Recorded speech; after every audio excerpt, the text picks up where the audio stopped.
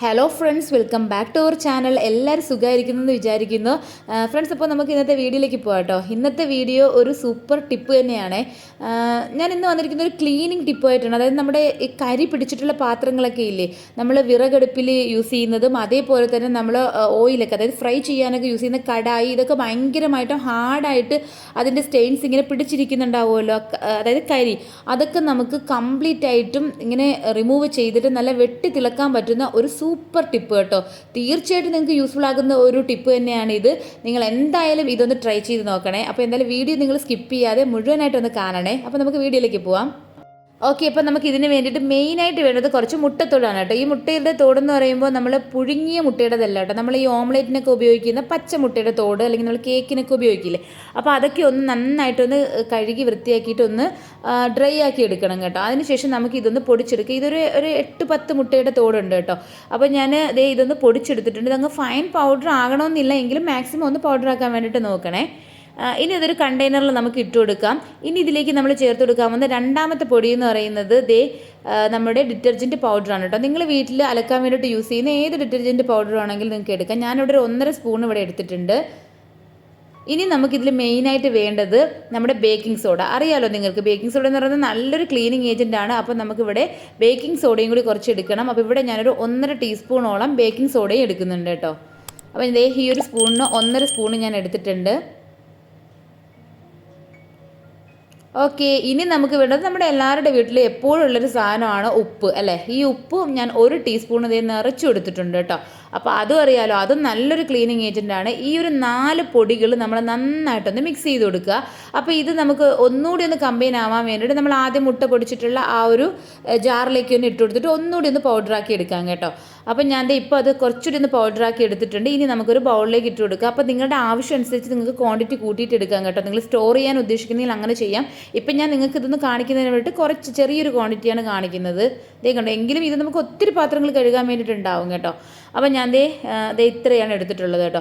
അപ്പോൾ ഈ ഒരു പൗഡർ യൂസ് ചെയ്തിട്ടാണ് കേട്ടോ നമ്മൾ പാത്രം കഴുകാൻ പോകുന്നത്. അപ്പോൾ നിങ്ങൾക്ക് വേണമെങ്കിൽ ഈ പൗഡറിൻ്റെ കൂടെ നിങ്ങൾ യൂസ് ചെയ്യുന്ന ലിക്വിഡ്, അതായത് കുറച്ചുകൂടി പതയൊക്കെ നിങ്ങൾക്ക് ആവശ്യമുണ്ടെങ്കിൽ ആ ഒരു ലിക്വിഡ് കൂടി യൂസ് ചെയ്യാം കേട്ടോ. ഡിഷ് വാഷ് ലിക്വിഡ് ഇല്ലേ, അതുകൂടി യൂസ് ചെയ്യും. ഇപ്പോൾ ഇവിടെ ഞാൻ ഇത് മാത്രം യൂസ് ചെയ്തിട്ടാണ് നിങ്ങൾക്ക് കാണിച്ചു തരാൻ പോകുന്നത് കേട്ടോ, പാത്രങ്ങൾ കഴുകിയിട്ട്. അപ്പോൾ ഈ ഒരു സൂപ്പർ മാജിക്കൽ പൗഡർ എന്ന് തന്നെ പറയാം കേട്ടോ ഇതിന്, കാരണം അത്രയധികം നല്ല സൂപ്പറായിട്ട് ക്ലീനായിട്ട് കിട്ടും. അപ്പോൾ എന്തായാലും നിങ്ങളിത് ട്രൈ ചെയ്ത് നോക്കണം. അപ്പോൾ ഞാനിവിടെ ആദ്യം കാണിക്കുന്ന ഒരു അലൂമിനിയത്തിൻ്റെ പാത്രമുണ്ട്. അപ്പോൾ ഇവിടെ നമുക്ക് ഈ വിറകടുപ്പില്ലാത്തത് കൊണ്ട് ഈ ഒരു രീതിയിലുള്ളൊരു പാത്രമാണ് കാണിക്കുന്നത്. ഇത് നല്ലതായിട്ട് അതിൻ്റെ സ്റ്റിക്കറൊക്കെ പിടിച്ച്, പിന്നെ ഞാൻ അത് നമ്മുടെ സ്റ്റൗവിൽ വെച്ചപ്പോഴേക്കും നന്നായിട്ട് പിടിച്ച് ഹാർഡായിട്ടുള്ള ഒരു പാത്രമാണ് കേട്ടോ. അപ്പോൾ ഇത് ഞാൻ ആദ്യം ഒന്ന് ക്ലീൻ ചെയ്ത് കാണിക്കും. ഇതൊരു അലൂമിനിയത്തിൻ്റെ ഒരു ഇഡ്ഡലി പാത്രം ഇല്ലേ, അതാണ് കേട്ടോ, ഒരു ചെറിയൊരു പാത്രമാണ്. അപ്പോൾ അത് നമ്മൾ കുറച്ച് പൊടി എടുത്തിട്ടുണ്ട്. ഒരു സ്റ്റീലിൻ്റെ സ്ക്രബ്ബർ തന്നെ യൂസ് ചെയ്ത് കഴിഞ്ഞാൽ കുറച്ച് നല്ലതായിരിക്കും. അറിയാലോ, നമ്മൾ ഇത്രയും ഹാർഡായിട്ടുള്ള കാര്യങ്ങളൊക്കെ റിമൂവ് ചെയ്യാൻ വേണ്ടിയിട്ട് അതായിരിക്കും നല്ലത്.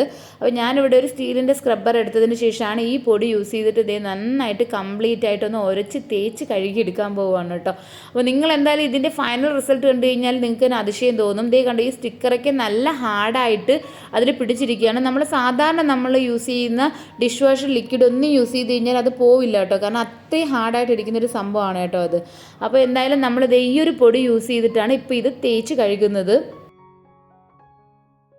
അപ്പം ഞാനിപ്പോൾ നേരത്തെ പറഞ്ഞതുപോലെ തന്നെ നമ്മൾ ഡിറ്റർജൻറ്റ് പൗഡർ യൂസ് ചെയ്തത് കൊണ്ട് തന്നെ ഒരുപാട് പത ഉണ്ടാവില്ല. അപ്പം നിങ്ങൾക്ക് ഇങ്ങനെ പത ആവശ്യമുണ്ടെങ്കിൽ, കുറച്ച് നമ്മളിങ്ങനെ വാഷ് ചെയ്യുമ്പോഴത്തേക്ക് അത് നിങ്ങൾക്ക് ആവശ്യമുണ്ടെങ്കിൽ അല്പം ലിക്വിഡ് നമ്മൾ ഇപ്പോൾ ഈ തേച്ച് കഴുകിക്കൊണ്ടിരിക്കുമ്പോഴത്തേക്കും അല്പം ഡിഷ് വാഷ് ലിക്വിഡും കൂടി തേച്ച് അതിലോട്ട് ഒഴിച്ചു കൊടുത്താൽ മതി കേട്ടോ. ഇപ്പം കണ്ടോ, നമ്മൾ കുറച്ചുകൂടി ഉണ്ടായിരുന്നതും കൂടി നമ്മൾ തേച്ച് മാറ്റിയ ശേഷം നല്ല പുത്തനായിട്ട് നമുക്ക് കിട്ടിയിട്ടുണ്ട്. അപ്പോൾ തീർച്ചയായിട്ടും നിങ്ങൾ ഈ അലൂമിനിയം പാത്രത്തിലെ കരികളൊക്കെ ഈസി ആയിട്ട് പോകും കേട്ടോ. ഈ ഒരു സ്റ്റിക്കറിൻ്റെ ആ സ്റ്റെയിൻ പോയിട്ടുണ്ടെങ്കിൽ പിന്നെ ബാക്കിയൊക്കെ പോകും. ഇനി നിങ്ങൾക്ക് ഇനി രണ്ടാമത് കാണിച്ചു തരാൻ പോകുന്നത് നമ്മൾ ഫ്രൈ ചെയ്യാനൊക്കെ യൂസ് ചെയ്യുന്നൊരു കടായിയാണ്, ഒരു സ്റ്റീലിൻ്റെ ഒരു കടായിയാണ് കേട്ടോ. ഇതിൻ്റെ ഒരു ഇപ്പോഴത്തെ അവസ്ഥ നിങ്ങൾ കാണുന്നില്ലേ, കണ്ടോ? പക്ഷേ ഇതിപ്പോൾ നമ്മൾ അടിപൊളിയായിട്ട് നമുക്കിത് നല്ല ക്ലീനാക്കി എടുക്കാൻ പറ്റും കേട്ടോ. നിങ്ങൾക്ക് പോലും വിശ്വസിക്കാൻ പറ്റില്ല ഇത്ര ക്ലീൻ ആയിട്ടുണ്ടോ എന്ന്. അപ്പോൾ ഞാൻ ഇതാണ് ഇനി അത് ക്ലീൻ ചെയ്ത് കാണിക്കാൻ പോകുന്നത്. ആ പൊടി തന്നെ ഞാൻ കുറച്ച് എടുത്തിട്ടുണ്ട്. അതിനുശേഷം നമുക്ക് നന്നായിട്ട് ഇതൊന്ന് തേച്ച് കൊടുക്കുക. അതാ കണ്ടോ, നമ്മൾ തേക്കുമ്പോൾ തന്നെ ആ ഭാഗത്തുനിന്ന് ഇതേപോലെ പോകുന്നുണ്ട് കണ്ടോ. അപ്പോൾ ഇതിലാണെങ്കിൽ നല്ല ഹാർഡായിട്ടിരിക്കുകയാണ് കേട്ടോ. നല്ല ഹാർഡാന്ന് വെച്ച് കഴിഞ്ഞാൽ അത്രയും നിങ്ങൾക്കത് കാണുമ്പോൾ അറിയാമെന്ന് വിചാരിക്കുന്നു. അതുകൊണ്ടാണ് ഞാൻ ഈ സ്റ്റീലിൻ്റെ ഇത് പ്രത്യേകിച്ച് കാണിച്ചു തന്നത് കേട്ടോ. അപ്പോൾ ഇത് സ്റ്റീലിൻ്റെത് ഞാൻ ഇവിടെ ഈ പൂരിയൊക്കെ ഉണ്ടാക്കുന്നതിന് വേണ്ടിയിട്ട് നമ്മൾ ചില സ്നാക്സൊക്കെ ഫ്രൈ ചെയ്യാൻ വേണ്ടിയിട്ടൊക്കെ ഞാൻ യൂസ് ചെയ്യുന്ന കേട്ടോ. എനിക്ക് എപ്പോഴും ഇങ്ങനെ കൈക്കിണങ്ങിയ പാത്രം എന്നൊക്കെ പറയുന്ന പോലെ കുറേ വർഷമായിട്ട് എൻ്റെ കയ്യിലുള്ളൊരു പാത്രമാണ് കേട്ടോ. ഒത്തിരി വർഷമായിട്ട് എൻ്റെ കയ്യിലുള്ള ഒരു സ്റ്റീലിൻ്റെ ഒരു കടായിയാണിത്. അപ്പോൾ ദേ കണ്ടോ, ഇത് നമ്മളിത് അതിനുള്ളിലൊക്കെ നന്നായിട്ട് നമ്മൾ തേച്ച് വൃത്തിയാക്കിയിട്ടുണ്ട്. ഇനി നമുക്കിതിൻ്റെ പുറം ഭാഗവും അതേപോലെ തന്നെ ഒന്ന് തേച്ച് കൊടുക്കാം. അപ്പം നമ്മളിങ്ങനെ തേക്കുമ്പോൾ തന്നെ ദേ കണ്ടോ, ഓരോ ഭാഗത്തുനിന്നായിട്ട് ഇങ്ങനെ ഇളവി വരുന്നുണ്ട്. അപ്പം നമ്മൾ ഇതേപോലുള്ള പാത്രങ്ങൾ കഴുകാൻ വേണ്ടിയിട്ട് ഇതേപോലെ കുറച്ച് പൗഡർ ഉണ്ടാക്കിയിട്ടൊന്ന് സ്റ്റോർ ചെയ്താൽ നമുക്ക് ചില പാത്രങ്ങൾ നമ്മൾ പിന്നെ ഈ കുക്കർ അതൊക്കെ നമ്മൾ ഒരു പക്ഷേ കരിഞ്ഞൊക്കെ പിടിക്കില്ല, അതൊക്കെ നമുക്ക് ഇത് വെച്ചിട്ട് ഇങ്ങനെ ഈ ഒരു പൗഡർ യൂസ് ചെയ്തിട്ട് നന്നായിട്ട് ക്ലീൻ ചെയ്തെടുക്കാൻ പറ്റും കേട്ടോ. അപ്പോൾ നമുക്കിത് ആവശ്യമനുസരിച്ച് തിരിച്ച് പൊടി ഇതിലിട്ട് കൊടുത്തിട്ട് ഒന്നുകൂടി നമുക്ക് തേച്ച് കഴുകിയെടുക്കാം. അപ്പോൾ ഇതേ കണ്ടില്ലേ നിങ്ങൾ, നല്ലതായിട്ട് ഇത് പോകുന്നുണ്ട്. പിന്നെ ആ ഒരു നമ്മുടെ അതിൻ്റെ ഹാൻഡിലിൻ്റെ ഭാഗത്തുള്ളതൊക്കെയാണ്, അതിനകത്തേക്ക് ഈ സ്ക്രബ്ബർ കയറുന്ന, അതായത് അതിനുള്ളിലേക്ക് പോകുന്ന അത്രയും ഭാഗത്തത് നമുക്ക് തേച്ച് കഴുകിയെടുക്കാം. ഇല്ലെങ്കിൽ ആ ഭാഗത്ത് പറ്റുന്ന രീതിയിലുള്ള മറ്റെന്തെങ്കിലും സ്ക്രബ്ബർ യൂസ് ചെയ്തിട്ട് നമുക്ക് ആ ഭാഗവും കറക്റ്റായിട്ട് ക്ലീൻ ചെയ്തെടുക്കാൻ പറ്റും. ഇത് ഇനി തേച്ച് കഴിഞ്ഞാൽ ഇനിയും ക്ലീൻ ആവും. കണ്ടോ, അപ്പോൾ നമുക്ക് ഇത്രയും നല്ല പെർഫെക്റ്റ് ആയിട്ട് ഇത് ക്ലീൻ ചെയ്തെടുക്കാൻ പറ്റും. നമുക്കത് കണ്ടു കഴിഞ്ഞാൽ പറ്റുമെന്ന് തോന്നിയേ ഇല്ല അല്ലേ, നമുക്ക് ക്ലീൻ ചെയ്തെടുക്കാൻ പറ്റുമെന്ന്. അത് കളയാനേ ഉള്ളൂ സത്യം പറഞ്ഞാൽ അത് കണ്ടു കഴിഞ്ഞാൽ. പക്ഷേ ഇത് നമ്മളിത് ഇത്രയും നല്ല പെർഫെക്റ്റ് ആയിട്ട് ക്ലീൻ ചെയ്തെടുത്തിട്ടുണ്ട്. അപ്പോൾ എന്തായാലും നിങ്ങൾക്ക് ഈ പൗഡർ നിങ്ങളെ ഞെട്ടിക്കുമെന്നുള്ളതിൽ വേറൊരു സംശയമില്ല കേട്ടോ. ഇനി ഞാൻ കാണിക്കാൻ പോകുന്നത് നമ്മൾ ചോറൊക്കെ ഉണ്ടാക്കുന്ന പോലത്തെ ഒരു വലിയ കലമാണ് കേട്ടോ, സ്റ്റീലിൻ്റെ. അപ്പോൾ ഈ കലത്തിൻ്റെ കണ്ടോ, ഈ ഭാഗമൊക്കെ നല്ല ക്ലീൻ ആയിട്ട് ഇരിപ്പുണ്ട്. പക്ഷേ ഇതാ കണ്ടോ, ഈ ഒരു ഭാഗം നമ്മൾ ഗ്യാസ് സ്റ്റൗവിലൊക്കെ വെച്ചിട്ട് ഒത്തിരി കണ്ടോ ഈ ഒരു രീതിയിലായിട്ടുണ്ട് കേട്ടോ. ഇതും നമ്മൾ സാധാരണ ഡിഷ് വാഷിൻ്റെ ലിക്വിഡ് യൂസ് ചെയ്ത് കഴിഞ്ഞാൽ അങ്ങനെ പോകാറൊന്നുമില്ല കേട്ടോ തേച്ച് കഴിഞ്ഞാൽ. പക്ഷേ നമ്മളിത് ഈ പൊടി യൂസ് ചെയ്തിട്ട് തേക്കുമ്പോൾ നിങ്ങൾക്കത് ലൈവായിട്ട് കാണാൻ പറ്റും. നല്ല സൂപ്പറായിട്ട് നമ്മൾ ഒരുപാട് ഹാർഡായിട്ട് ഇത് തേക്കേണ്ട ആവശ്യമൊന്നുമില്ല കേട്ടോ. ഇതൊക്കെ നല്ല ഈസി ആയിട്ട് പോവും. അപ്പം ഞാൻ ഇതും തേച്ചെടുക്കുന്നുണ്ട്. അപ്പം നിങ്ങൾക്ക് ഞാൻ പറഞ്ഞത് നമ്മുടെ വിറകടുപ്പിലെ കരി എന്നൊക്കെ പറഞ്ഞു കഴിഞ്ഞാൽ അതൊക്കെ നല്ല ഈസി ആയിട്ട് നമ്മളൊന്ന് തൊട്ടാൽ മതിയാവും, അത്രയും ഈസി ആയിട്ട് അത് പോവും. പിന്നെ ഈ ഓയിലിൻ്റെ അതൊക്കെ ആയിരിക്കും കുറച്ച് ഹാർഡെന്ന് പറയുന്നത് അല്ലേ. അപ്പോൾ അതുപോലെ ഇങ്ങനെ നമുക്ക് ക്ലീൻ ചെയ്തെടുക്കാൻ പറ്റുമെങ്കിൽ തീർച്ചയായിട്ടും ഒരു നല്ലൊരു പൗഡർ തന്നെയാണ്. അപ്പോൾ നിങ്ങൾ എന്തായാലും ഇതൊന്ന് ട്രൈ ചെയ്ത് നോക്കണം കേട്ടോ. അപ്പോൾ എന്തേ കണ്ടോ, നമ്മുടെ ഈ ഒരു കലവും നമ്മൾ നല്ല അടിപൊളിയായിട്ട് തേച്ച് എടുക്കുകയാണ്. ഇത് കണ്ടു കഴിഞ്ഞാൽ നല്ല പുതിയതായിട്ട് മാറും കേട്ടോ.